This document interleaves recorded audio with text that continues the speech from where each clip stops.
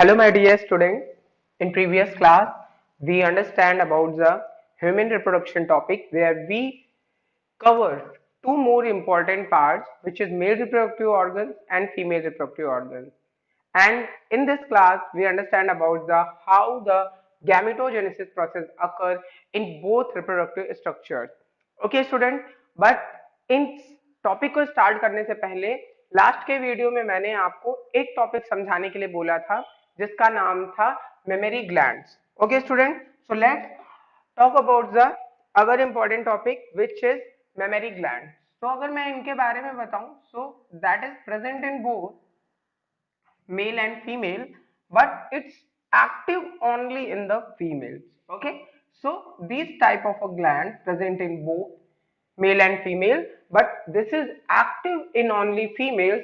This is inactive form of presence in the case of male. Okay, so let's we talk about the mammary gland present in women. Okay, so students, diagram यहाँ पर आप देख पा रहे हो जो कि हमारी बुक में दिया हुआ है. आप उसे अच्छे से रिप्रेजेंट कर भी रहे हैं और अपनी नोट्स में भी फॉर्म कर लीजिएगा. बट यहाँ पर हम सिर्फ और सिर्फ उसके फ्लो चार्ट को समझेंगे ताकि आप उसे लर्न कैसे करोगे, उसे अंडरस्टैंड कैसे करोगे. तो इसे मैं एक फ्लो चार्ट की हेल्प से आपको अंडरस्टैंड करा रहा हूँ इस पूरे डायग्राम को. ओके, तो जब हम ग्लैंड्स की बात करते हैं तो सिंपल वे में हम जानते हैं यहाँ पर फीमेल्स के केस में टू पेयर्स में ग्लैंड प्रेजेंट होती हैं. Okay, one left and one right. Okay, ये कहां पर प्रेजेंट होती है? तो एक तरीके से हम बोलते हैं कि ये upper part, that mean thoracic region में प्रेजेंट है, वेंट्रल सरफेस पे प्रेजेंट होती हैं, टू इन नंबर्स में प्रेजेंट होती हैं, and this is attached with the ribs. Then ribs में प्रेजेंट होने के बाद जो हम नेक्स्ट स्ट्रक्चर की बात करते हैं, जो कि इनमें एक इंपॉर्टेंट पार्ट प्रेजेंट होता है, और वो इंपॉर्टेंट पार्ट प्रेजेंट होता है इनमें फैटी एसिड और alveolar tissue. That mean fatty acid ना बोल करके हम ये बोलेंगे कि यहाँ पर फैट्स की सेल्स प्रेजेंट होती हैं, एडिपोज टिश्यूज प्रेजेंट होते हैं, और साथ ही साथ क्या प्रेजेंट होते हैं, साथ ही साथ यहाँ पर प्रेजेंट होती हैं कुछ स्पेशल ग्लैंड जो कि इनका फॉर्मेशन करती हैं. तो एरियोलर टिश्यूज प्रेजेंट है, एडिपोज टिश्यूज प्रेजेंट है जो कि फॉर्म कर रहे हैं मेमोरी ग्लैंड का. और सिंपल सी बात है, यहाँ पर अगर हम ग्लैंड बोल रहे हैं तो ये ग्लैंड वाली जो हमारी सेल्स हैं, ग्लैंड्स वाले जो भी हमारे टिश्यूज हैं, ये कैसे फॉर्म होते हैं. फर्स्ट थिंग जो हम यहाँ पर समझते हैं, यहाँ पर प्रेजेंट होती है कुछ, हर एक, अगर हम ग्लैंड्स की बात करें, मेमोरी ग्लैंड्स की बात करें, तो दोनों में सबसे पहले क्या प्रेजेंट होती है, तो हम बोलते हैं 15 to 20 नंबर्स में प्रेजेंट होती हैं memory lobes. Okay, after that in lobes के बाद इन लोब्स में बहुत सारे स्ट्रक्चर्स प्रेजेंट होते हैं जिन्हें हम क्या बोलते हैं, मेमोरी एल्वियोलाई. ओके, तो यहाँ पर क्या मैं बता रहा हूँ, एल्वियोलाई प्रेजेंट है. And after that the alveoli structure, this is the important part. ये इंपॉर्टेंट क्यों बोल रहा हूं मैं, ये वही एल्वियोलाई है जहां पर फर्दर मेमोरी ग्लैंड से मिल्क का सेक्रेशन होगा और मिल्क का फॉर्मेशन होगा. मतलब जो मिल्क यहाँ पर फॉर्म हो रहा है, मिल्क जो स्टोर हो रहा है मेमोरी ग्लैंड में after the parturition process which is form and secrete with the help of a alveoli. After that ये जो भी बहुत सारे एल्वियोलाई के स्ट्रक्चर्स थे जो कि ग्लैंड्स में प्रेजेंट थे, ग्लैंड कहें या फिर हम ये कहें मेमोरी लोब में प्रेजेंट है, आफ्टर दैट ये एक जंक्शन फॉर्म कर रहे हैं, जंक्शन फॉर्म कर रहे हैं, एक जगह पर आकर के अटैच हो रहे हैं, जिसे हम क्या बोल रहे हैं, जिसे हम बोल रहे हैं मेमोरी डक्ट. ओके, अब ये जो बहुत सारी एल्वियोलाई से, मतलब 15 to 20 मेमोरी लोब से निकल करके एल्वियोलाई फॉर्म की, बहुत सारी एल्वियोलाई, और इन एल्वियोलाई ने आपस में एक जंक्शन फॉर्म किया, एक ट्यूब में आकर के ये कनेक्ट हो रहे हैं, जिसे हम क्या बोलते हैं, मेमोरी डक्ट बोलते हैं. आफ्टर दैट दिस डक्ट, ये डक्ट भी एक जगह पर, मतलब अब इन सारी लोब में इन सारे एल्वियोलाई के जो डक्ट थे वो भी एक जंक्शन पे फॉर्म हो रहे हैं, मतलब कि वो भी आपस में जुड़ रहे हैं, और वो कौन सा स्ट्रक्चर फॉर्म करते हैं, तो आप उसे बोलते हो this is from the mammary ampulla. Okay, इसके पहले भी हमने एम्पुला पढ़ा था, इसके पहले भी हमने स्टूडेंट्स एम्पुला पढ़ा था, और कहाँ पढ़ा था, हमने एम्पुला पढ़ा था फैलोपियन ट्यूब में. But these both ampulla are totally different, so do not confuse in the case of this ampulla. Okay, ampulla के बाद कहाँ आते हैं, ये सारी एम्पुला आगे जाकर के ओपन हो जाती हैं और एक कॉमन पैसेज में एक तरीके से कह सकते हैं ओपन होती हैं, जिन्हें हम लैक्टीफेरस डक्ट बोलते हैं, लैक्टिफेरस डक्ट बोलते हैं। एंड उसके बाद इस डक्ट के बाद यही डक्ट वाला पोर्शन है जो करके फर्दर निपल का फॉर्मेशन करता है, मतलब ये कहाँ ओपन होता है तो आप इसे कहते हैं ये निपल्स में ओपन होता है। तो ये था पूरा फ्लो चार्ट जो कि आप यहाँ पर डायग्राम में देख पा रहे हैं बहुत अच्छे से। और जैसे सीरियल वाइज मैंने ये फॉर्म आपको बताया है, सेम ऐसा ही फॉर्मेट आपकी बुक में भी है और सेम ऐसा ही फॉर्मेट आप डायग्राम भी देख पा रहे हैं। ओके स्टूडेंट्स, तो ये पूरा पार्ट था जो कि मैंने आपको प्रीवियस वीडियो में बोला था कि इतना सा छोटा सा पार्ट है जिसे हम नेक्स्ट वीडियो में कवर करेंगे।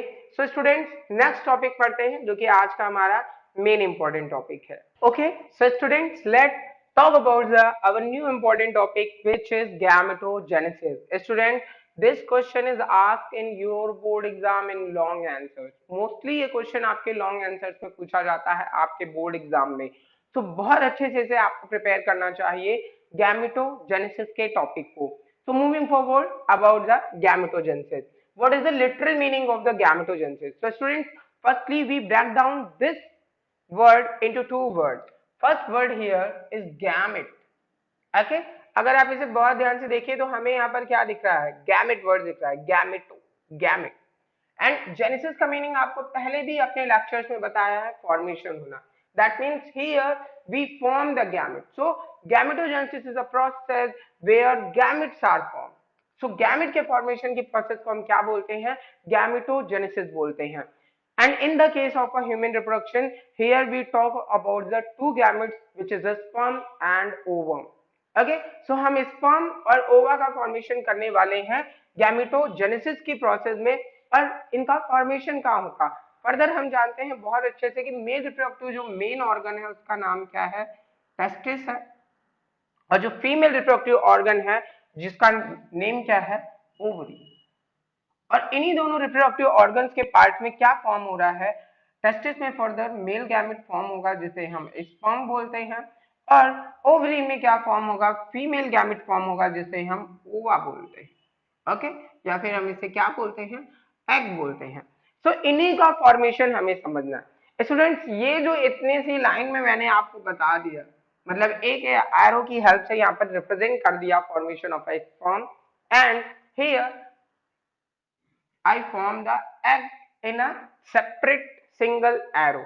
तो यहाँ पर जितनी आसानी से हमने स्पर्म को लिखा है, फॉर्म किया है और एग को फॉर्म किया है, ये उतनी आसानी से फॉर्म नहीं होते। बट मैं आपको एकदम सिंपल वे से समझाऊंगा ताकि आप इसे बहुत आसानी से फॉर्म कर लें। तो स्टूडेंट, फॉर्म करते हैं स्पर्म को।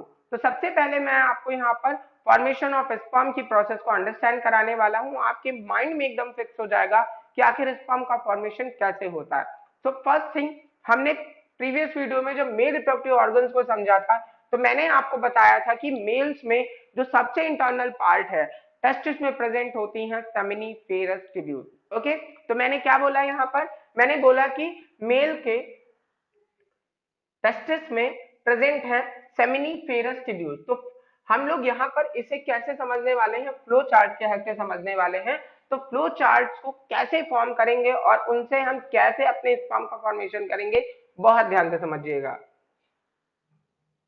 ओके, तो सबसे पहले बहुत ज्यादा मिस्टेक हो रही है ना, सेमिनिफेरस। जब मैं बहुत ज्यादा एक्साइटेड हो जाता हूँ ना कि मुझे कुछ समझाना है तो मैं बहुत ज्यादा गलतियां करने लगता हूँ।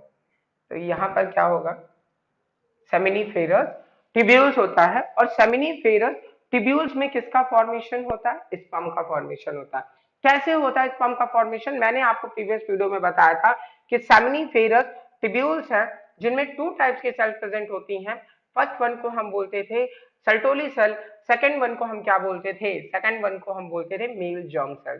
तो स्टूडेंट्स, यहाँ पर सेमिनिफेरस ट्यूब्यूल्स में बहुत सारी प्रेजेंट हैं immature male germ cell. Immature क्यों बोल रहा हूं, बिकॉज ऑफ ये अभी इनएक्टिव फॉर्म में प्रेजेंट है। जैसे ही मेल रीच करेगा प्यूबर्टी टाइम पर, puberty that means 13 to 14 age group में वो जैसे ही आएगा वैसे ही ये सेल एक्टिव हो जाएंगे। अब यहाँ पर हार्मोनल एक्टिविटी भी हो रही है जिसके थ्रू ये एक्टिव हो रही है और वो मैं आपको नेक्स्ट अनदर फ्लो चार्ट की हेल्प से समझाऊंगा कि कैसे हार्मोन्स हमारे स्पर्म फॉर्मेशन की एक्टिविटी को इनहेंस करते हैं। ओके, बट यहाँ पर पहले आप समझिए कि सेमनीफेरस ट्यूब्यूल थी, सेमनीफेरस ट्यूब्यूल्स में प्रेजेंट थे मेल जर्म सेल्स जो कि इनएक्टिव फॉर्म में प्रेजेंट थे, and after that this inactive form when a male reach in the stage of puberty then this cell get active, और active होने के बाद इनमें एक डिवीजन शुरू होगा जिसे हम बोलते हैं माइटोसिस। इनमें क्या होगा, फर्दर माइटोसिस डिवीजन शुरू होगा जिससे कि हम क्या बोलते हैं, इक्वेशनल डिवीजन बोलते हैं, मतलब further more in number male germ cells are form. Male germ cells बहुत सारी सेल्स में डिवाइड हो जाती हैं और डिवाइड होकर के डिफरेंशिएट भी हो जाती हैं, डिफरेंशिएट भी हो जाती हैं, जिसे यहां पर हम क्या बोलने लगते हैं, इन मेल जर्म सेल्स को हम बोलने लगते हैं spermatogonia, spermatogonia. And after that these spermatogonia get divided and form the next structure, and this structure is referred to as primary spermatocyte। Okay, तो यहाँ पर ये क्या फॉर्म करती हैं, अब आप मेल जर्म सेल्स में फर्दर बहुत सारा डिवीजन हुआ होगा तो उन्होंने क्या फॉर्म किया, स्पर्मेटोगोनिया फॉर्म किया, और स्पर्मेटोगोनिया कुछ और नहीं, इन्हीं का इन्हीं का क्या है, मेच्योर स्ट्रक्चर है, इन्हीं का एक्टिव पार्ट है, ठीक है, इन्हीं का एक्टिव पार्ट है। मेल जर्म सेल्स का ही एक तरीके से अनदर नेम है स्पर्मेटोगोनिया। मैंने यहाँ पे आपको सेपरेटली इसलिए बता रहा हूँ ताकि आप इन्हें समझ सके बहुत अच्छे से, ठीक है। तो इस पर मेटोगोनिया which is a similar to germ cell, which is a similar to germ cells, and after these spermatogonia get divided and form the primary spermatocyte, primary spermatocytes का फॉर्मेशन करते हैं with the help of meiosis not mitosis division. Okay, तो यहाँ पर अभी meiosis नहीं हो रहा है, ये किसकी हेल्प से डिवाइड हो रहे हैं, माइटोसिस की हेल्प से डिवाइड हो रहे हैं, और इनमें पीरियोडिकली यहाँ पर डिवीजन हो रहा है, और ये इन्होंने किसका फॉर्मेशन कर दिया, प्राइमरी स्पर्मेटोसाइट्स का फॉर्मेशन किया। फर्दर अब इन प्राइमरी स्पर्मेटोसाइट्स में फिर से डिवीजन होगा, but here meiosis division is occur, and the meiosis first यहाँ पर होगा because of you know that meiosis is a reductional division, and in the process of a meiosis that is done into two steps, meiosis first and meiosis second। okay, तो यहाँ पर जो primary spermatocyte cell हमारी form हुई थी और वहां पर कौन सा डिवीजन हो रहा है, वहां पर हो रहा है meiosis की process, and then it form secondary spermatocyte।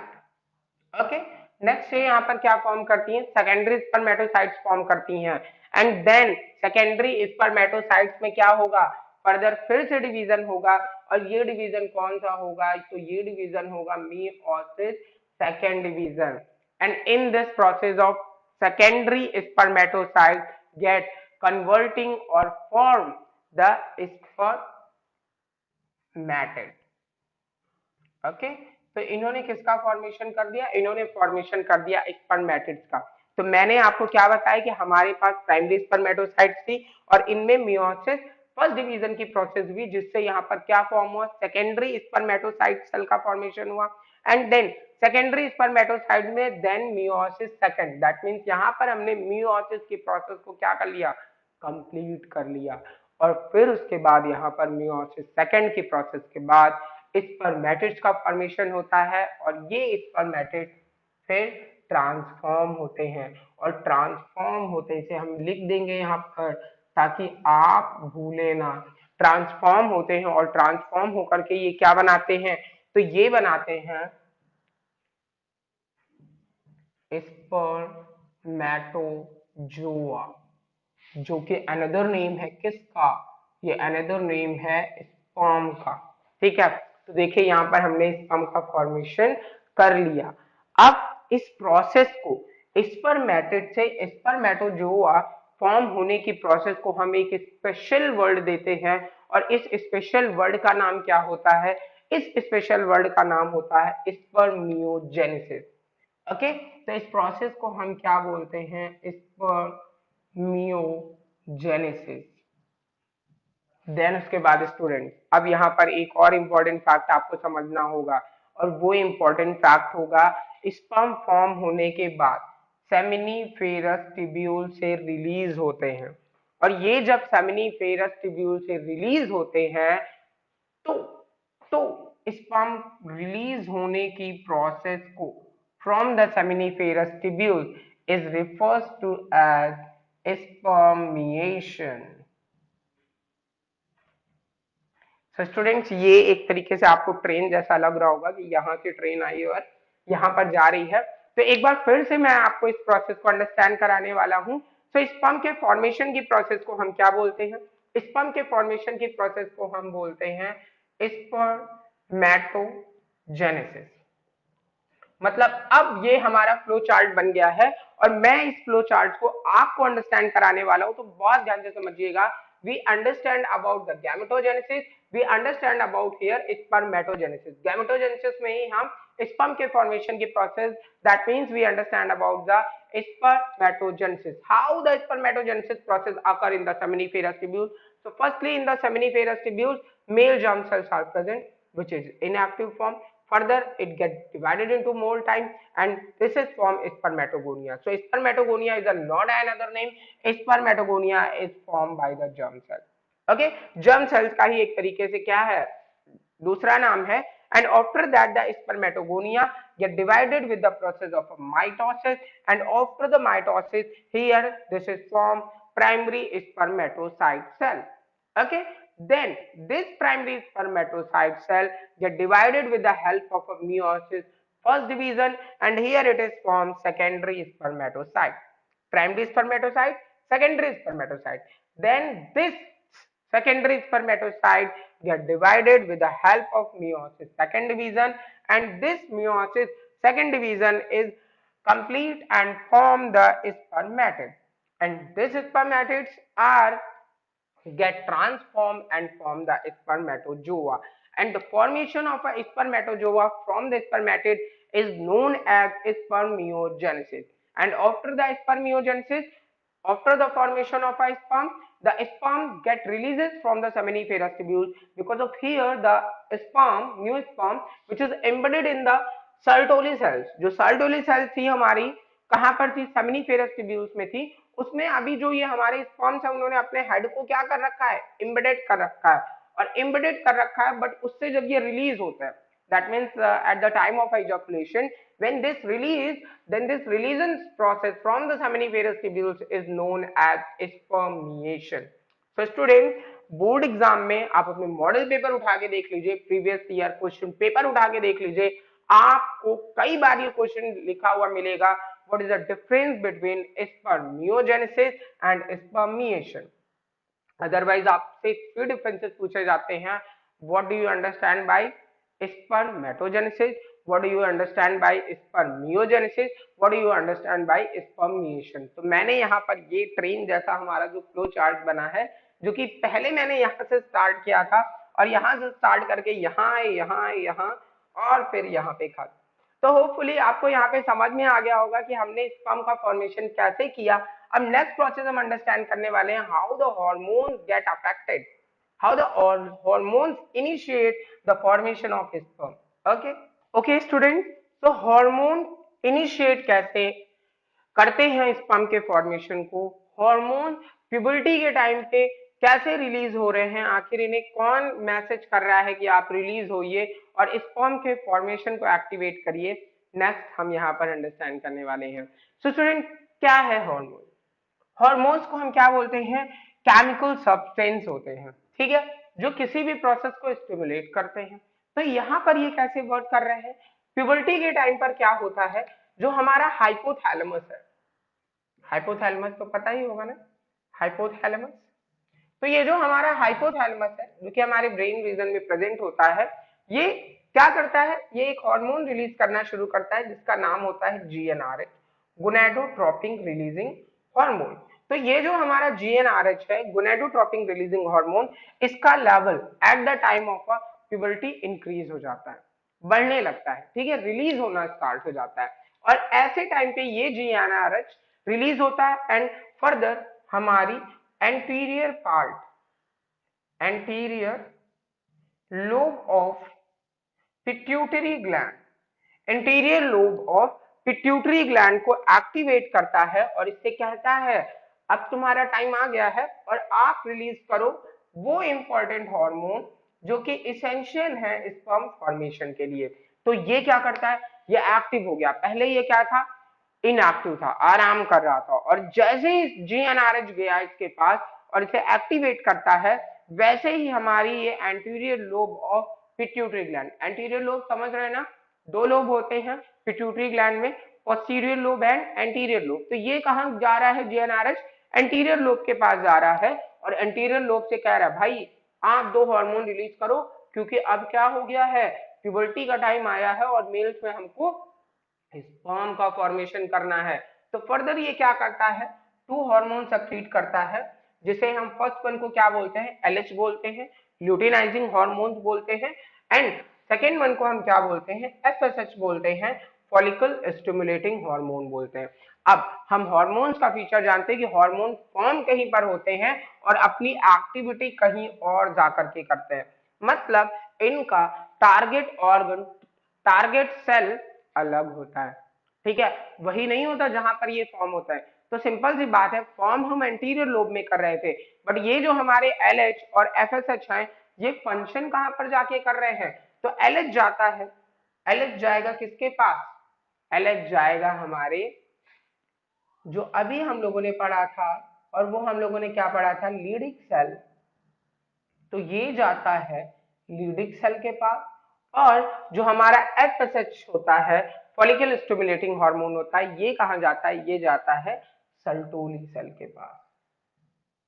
सो याद करिए स्टूडेंट्स वो दिन याद करिए जिस दिन मैंने आपको मेल रिप्रोडक्टिव पार्ट्स पढ़ाया था, और मैंने आपको बताया था मेल रिप्रोडक्टिव जो हमारा पार्ट्स है, टेस्टिस है, उनमें सेमिनिफेरस ट्यूब्यूल्स में प्रेजेंट होती थी सर्टोली सेल्स, और सेमिनिफेरस ट्यूब्यूल्स के बाहर जो इंटरस्टिशियल स्पेस होता था, उस इंटरस्टिशियल स्पेसेस में प्रेजेंट होती थी लीडिक सेल, इंटरस्टिशियल सेल।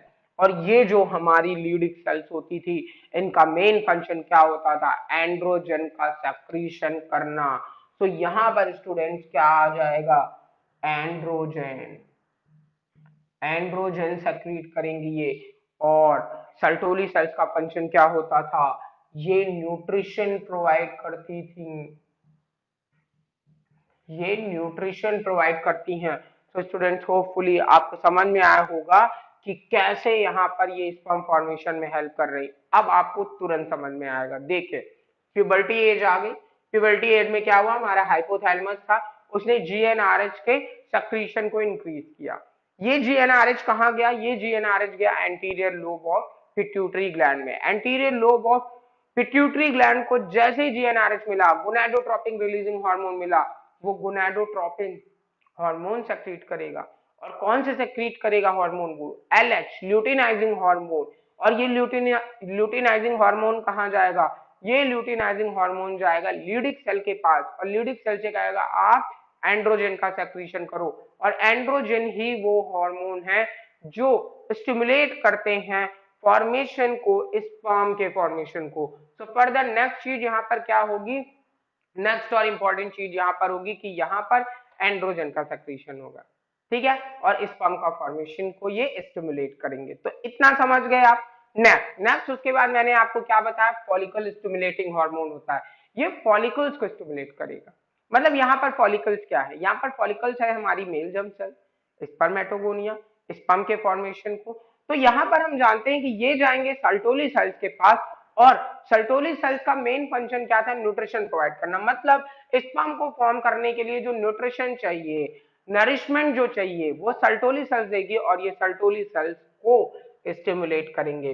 तो होपफुली यहाँ पर आप ये समझ गए होंगे कि आखिर कैसे एक हार्मोनल सिस्टम यहाँ पर फंक्शन करता है गैमेटोजेनेसिस की प्रोसेस को, या फिर हम ये कहें सेपरेटली स्पर्मेटोजेनेसिस की प्रोसेस को। तो स्टूडेंट्स आप यहाँ पर ये भी समझ गए। अब नेक्स्ट हम समझने वाले हैं आखिर एक स्पर्म का structure. Okay, here we understand about the structure of sperm. आखिर स्पर्म का स्ट्रक्चर कैसा होता है, स्पर्म क्या होता है, ये तो आप समझ गए होंगे ना कि ये क्या है, ये है मेल गैमेट। मेल गैमेट है जिसे कि हमने गैमेटोजेनेसिस की प्रोसेस मतलब स्पर्मेटोजेनेसिस की प्रोसेस में फॉर्म किया। अब ये कैसे फॉर्म हुआ ये सब मैं बता चुका हूं। मतलब अब हम यहाँ पर सिर्फ और सिर्फ एक स्पर्म की बात करने वाले हैं। तो स्पर्म के बारे में मैंने आपको क्या बताया कि ये है हमारा मेल गैमेट। ये बात आप जान गए, आपने कहा जी बिल्कुल हमको समझ में आ गया कि हाँ स्पर्म क्या है, मेल गैमेट है। अब फर्दर मैं क्या कह रहा हूँ कि स्पर्म मेल या फिर जो हमारा ह्यूमन बीइंग है उसकी सबसे स्मॉलेस्ट सेल होता है। क्या ये बात मानेंगे आप? मानेंगे? मानना पड़ेगा आपको, ठीक है, क्योंकि मैं बता रहा हूँ तो मान लीजिए। अब ये जो हमारा स्पर्म होता है बच्चा, इस स्पर्म में प्रेजेंट होते हैं कुछ स्पेशल जोन, ठीक है। इनकी जो आउटर सरफेस होती है, ये outer surface totally form by होती है प्लाज्मा मेम्ब्रेन से, ठीक है। किससे फॉर्म होती है ये? तो आप कहते हो ये टोटली फॉर्म होती है प्लाज्मा मेम्ब्रेन से। और उसके बाद फर्दर इसमें जो इंपॉर्टेंट पार्ट प्रेजेंट होते हैं, जैसे कि मैंने बोला ना कि इनके पूरे स्पर्म को हम फर्दर बहुत सारे पार्ट्स में डिविजिबल करते हैं। और ये बहुत सारे पार्ट हैं क्या?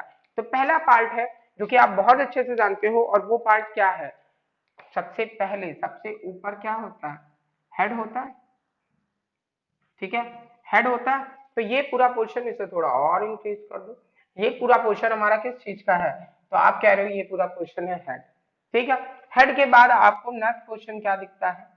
नेक दिखता है, ठीक है। नेक के बाद आपको थर्ड पोर्शन क्या दिखता है? तो आप कहते हो थर्ड पोर्शन हमको मिडिल पीस दिखता है, ठीक है।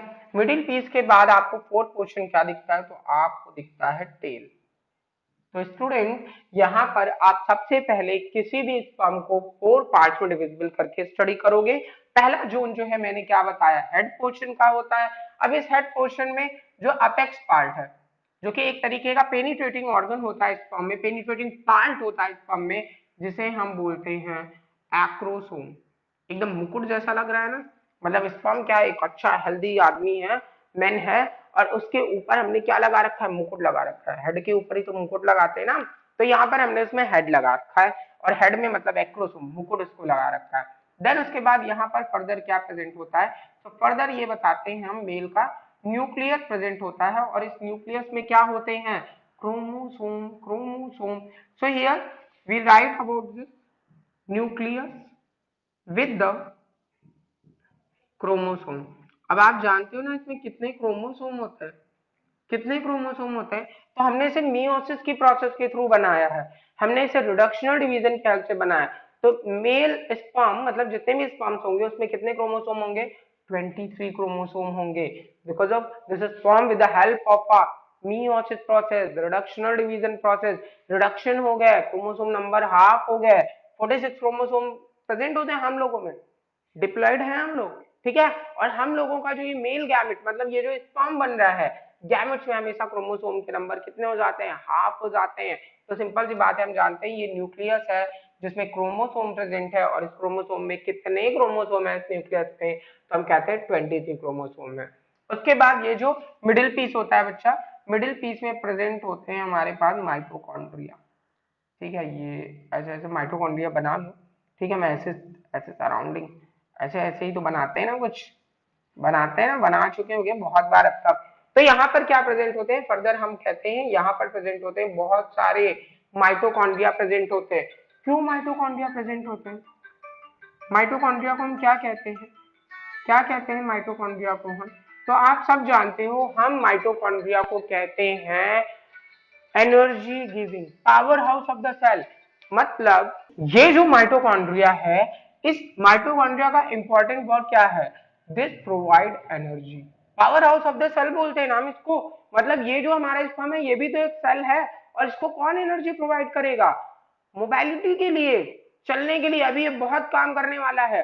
तो इस स्पर्म को एनर्जी कौन प्रोवाइड करेगा? माइटोकॉन्ड्रिया प्रोवाइड करेगा। माइटोकॉन्ड्रिया की बात यहाँ पर जो इंपॉर्टेंट पार्ट है जिसे आप टेल कहते हो, इस टेल का इंपॉर्टेंट फंक्शन क्या होता है? स्विमिंग में हेल्प करना, ठीक है। तो एक बार फिर से हम लोग इस डायग्राम को समझते हैं, देन आगे फर्दर हम नेक्स्ट टॉपिक के बारे में बात करेंगे। तो सबसे पहले मैंने आपको बताया कि इसमें 4 जोन्स में डिविजिबल करते हैं हम स्पर्म को। सबसे पहला हमारा होता है हेड, देन होता है नेक, नेक के बाद होता है मिडिल पीस, मिडिल पीस के बाद होता है टेल, ठीक है।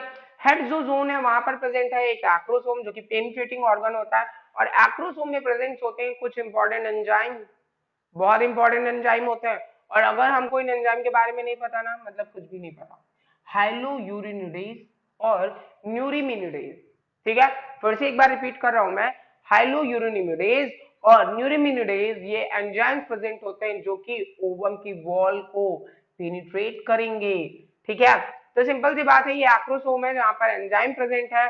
After this acrosome the nucleus part is present and this nucleus part have chromosome 23 chromosome, and after this the middle piece have the mitochondria, and mitochondria provide the energy for the swimming of sperm, and after that the tail region is present, and this tail region help in the process of swimming during when a sperm goes in semen with the help and semen के बाद in the vagina से कहाँ जाता है, vagina से उसे जाना है ओविडक्ट के पास, फैलोपियन ट्यूब के पास जाना है। तो वो जो स्विमिंग करने की प्रोसेस है और फिर वो जो एनर्जी प्रोवाइड करने की प्रोसेस है, स्विम फ्लोट करके वो जो जा रहा है, वहां पर टेल एक तरीके से उसकी सबसे ज्यादा हेल्प कर रहा है। ठीक है स्टूडेंट, तो यहाँ पर हमने स्पर्म के स्ट्रक्चर को भी समझ लिया। अब स्पर्म के बाद ये स्पर्म, अगर एक तरीके से मैं आपको मेल रिप्रोडक्टिव पार्ट में बताऊं, तो हमने इसे सेमनीफेरस ट्यूब्यूल में बनाया। सेमनीफेरस ट्यूब्यूल्स में हमने क्या क्या स्पर्मिएशन किया, जो इस सर्टोली सेल में एम्बेडेड थे, न्यूट्रिशन ले रहे थे, मैच्योर होने के बाद जब ये रिलीज होते हैं और रिलीज होकर के हमने इन्हें रेटियोटेस्टिस में भेजा, रेटियोटेस्टिस के बाद वास डिफरेंशिया में भेजा, वास डिफरेंशिया के बाद कहाँ भेजा था हमने, वास डिफरेंशिया के बाद एपिडाइडिमस में भेजा था, एपिडाइडिमस के बाद कहाँ भेजा था, वास डिफरेंस में, वास डिफरेंस के बाद हम इसे लेकर के गए थे कहाँ, सेमिनल वेसाइकल के पास और प्रोस्टेट ग्लैंड के पास, और वहां पर मैंने आपको बताया कि यहां पर इसे मिलेगा सेमिनल प्लाज्मा, सेमिनल प्लाज्मा, और सेमिनल प्लाज्मा में बहुत सारे सब्सटेंस प्रेजेंट होते हैं, like calcium, like like fructose, calcium fructose present होता है, पोटेशियम भी प्रेजेंट होता है, और साथ ही साथ विटामिन सी भी प्रेजेंट होता है जिसे हम एस्कॉर्बिक एसिड बोलते हैं। तो ये है हमारा सेमिनल प्लाज्मा, और इस सेमिनल प्लाज्मा से जब हमारा स्पर्म मिल जाता है, स्पर्म मिल जाता है, तो ये दोनों स्ट्रक्चर बना देते हैं सीमेन। ठीक है, ये दोनों क्या बना देंगे मिलकर के, इसे ही हम कहते हैं सीमेन। ठीक है, तो ये हमारा सीमेन है। तो जो एक मेल इजैकुलेट करता है during the intercourse which is known as semen, तो वो क्या होता है सीमेन। तो अब अगर आपसे कोई भी पूछेगा, अब अगर आपसे कोई भी पूछेगा 3 क्वेश्चन, गैमेटोजेनेसिस क्या है, फटाफट बता दोगे आप, स्पर्मेटोजेनेसिस क्या है, फटाफट बता दोगे आप, कौन कौन से हार्मोन यहाँ पर इन्वॉल्व होते हैं, तुरंत आंसर कर दोगे आप। और उसके बाद आपसे वो पूछेगा, पूछेगा वो आपसे कि स्पर्म का डायग्राम बना के दिखाओ, स्ट्रक्चर ऑफ स्पर्म बना के दिखाओ, तुरंत आप बना के दिखा देंगे। और फिर वो आपसे पूछेगा सीमेन क्या होता है, तो आप कहोगे मुझे पता है भाई, मैंने पढ़ा है, और आप तुरंत सीमेन में भी उसको आंसर कर दोगे। So hopefully students you enjoy this session, you understand all this process which we cover in this video. Thank you students.